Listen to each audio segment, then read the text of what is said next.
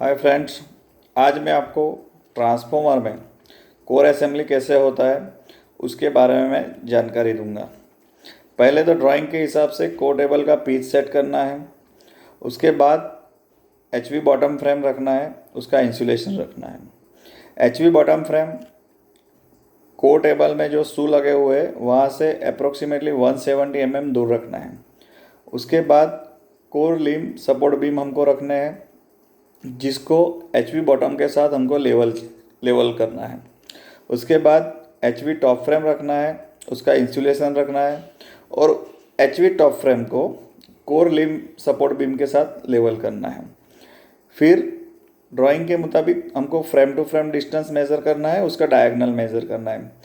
फिर हमको tie rod लगा देने हैं। टाई रॉड लगाने के बाद हमको जो बॉटम में शू लगे हुए हैं कोर टेबल में वो निकाल देना है। फिक्सर लगाना है, लेमिनेशन पैलेट लोड करना है और मिनलेक्स पेपर कटिंग करना है। उसके बाद हमको स्टैकिंग स्टार्ट करना है। स्टैकिंग ड्राइंग में दिए गए प्रोसीजर के मुताबिक ही करना है। पहले हमको बॉटम का लेमिनेशन रखना है, उसके बाद सेंटर का रखना है, उसके बाद आउटर लिम के लेमिनेशन रखने हैं। ये सीक्वेंस हमको पूरा स्टैकिंग ख़त्म करने तक यही फॉलो करना है। और हमको उसके बाद 4 स्टेप ख़त्म होने के बाद हमारा KI लेवल स्टार्ट होता है। लेकिन हमको ड्यूरिंग स्टेकिंग क्या क्या ध्यान रखना है, तो हमको लिंक पीस मेज़र करना है, टॉप साइड बॉटम साइड। उसके बाद हर एक स्टेप का थिकनेस मेज़र करना है, KI लेवल चेक करते रहना है और डायगोनल डिस्टेंस वो भी हमको मेज़र करते रहना है।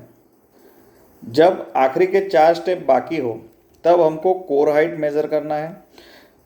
Core height as per drawing match होना चाहिए। अगर पॉजिटिव में है तो उसको लेमिनेशन निकाल के उसको 0 सेट करना है, और माइनस में है तो -2 एक्सेप्टेबल लिमिट है। अगर उससे ज़्यादा है तो हमको और लेमिनेशन ऐड करके वो हाइट अचीव करना है। उसके बाद हमको बाकी का जो 4 स्टेप बाकी है वो हमको ख़त्म करके लेमिनेशन पैलेट अनलोड करने हैं, फिक्सर रिमूव करना है, बॉटम क्लैंपिंग डिवाइस लगाना है इंसुलेशन के साथ। उसके बाद LV बॉटम फ्रेम रखना है इंसुलेशन के साथ।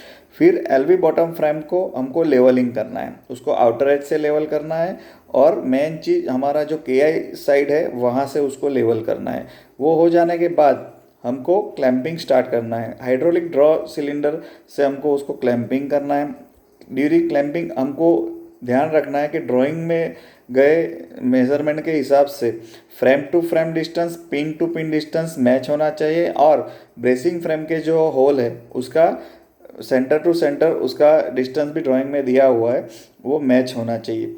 उसके बाद पैड बेंडिंग और स्टील बेंडिंग करना है।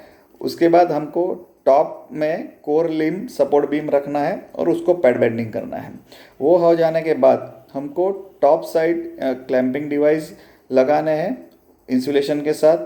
उसके बाद हमको LV टॉप फ्रेम रखना है और उसको टाइट करना है।